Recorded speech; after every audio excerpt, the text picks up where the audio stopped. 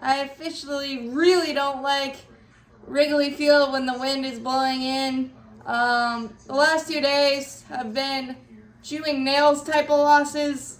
Kyle Wright didn't pitch as bad as his line indicates. Yes, 11 hits, but a lot of them were death by 1,000 cuts, infield singles, and duck snorts, just finding holes, and the defense didn't really help him early on either. In the first, gave a back-to-back singles to Contreras and Morel. Morel was a bolt past Riley, and then Contreras just snuck it through the right side. The Cubs had a really good approach today, so I'm not discounting that at all.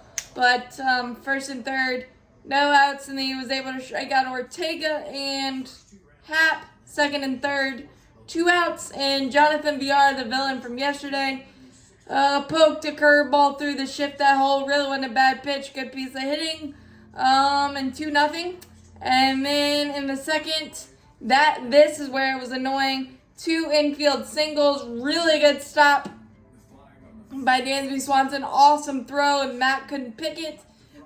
Matt's defense has been shaky in pockets of time, so that's been annoying. And then infield single by Simmons. Riley and Wright get their wires crossed, and Riley and Wright almost collide, so that's an infield single with 1 out, first and second.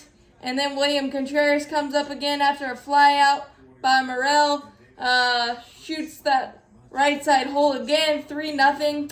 And then in the third, Braves had first and third, 2 outs. Riley flies out. I don't think Riley has been able to see with the glare at Wrigley Field. You can see just non-competitive swings, non-competitive bats, and sometimes that happens.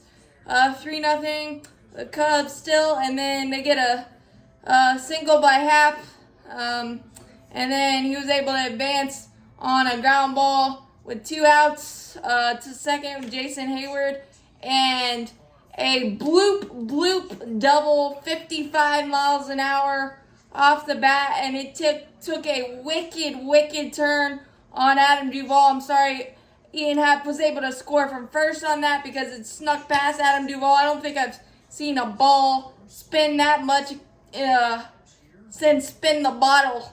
It was so 4-0, and then the Braves were able to fight back and get a couple of runs. Adam Duvall through the teeth of the wind, Oppo Taco, 406 happy feet. And then we got a single by Harris, a couple of walks by Swanson, and Acuna, bases loaded, 1 out. Riley was able to work back from a 2-strike count and get a sac fly, 4-2.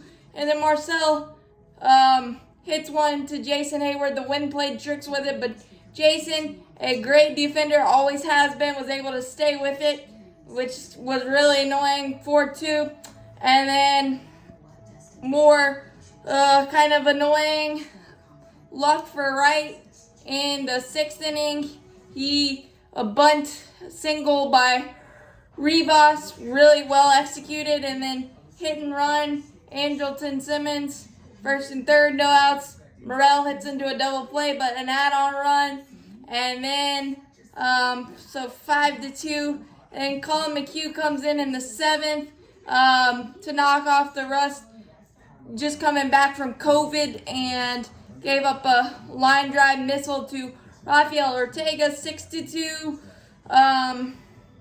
And the Braves gave a finish in the 9th with a Adam Duvall bloop double, a single by Michael Harris, and 2 absolute missiles. Troy Gloss would be proud of these.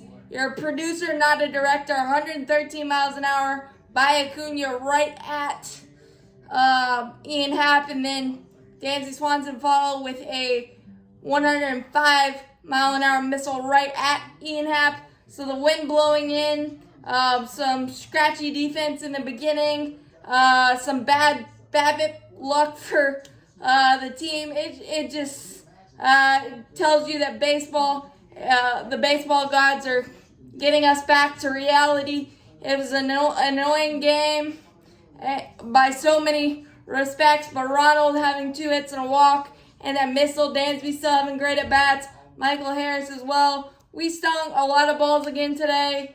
Just didn't go our way, and early on, the scratchy defense didn't do us any favors either. But as always, go Braves, champions forever. We're at Salvage tomorrow. Hopefully the wind's blowing out and we can frolic and have some fun, because these 2 games weren't really that bad, and we got Wrigley Field elements, but the Cubs took advantage, and that's what teams got to do no matter what their record is. So as always, go Braves.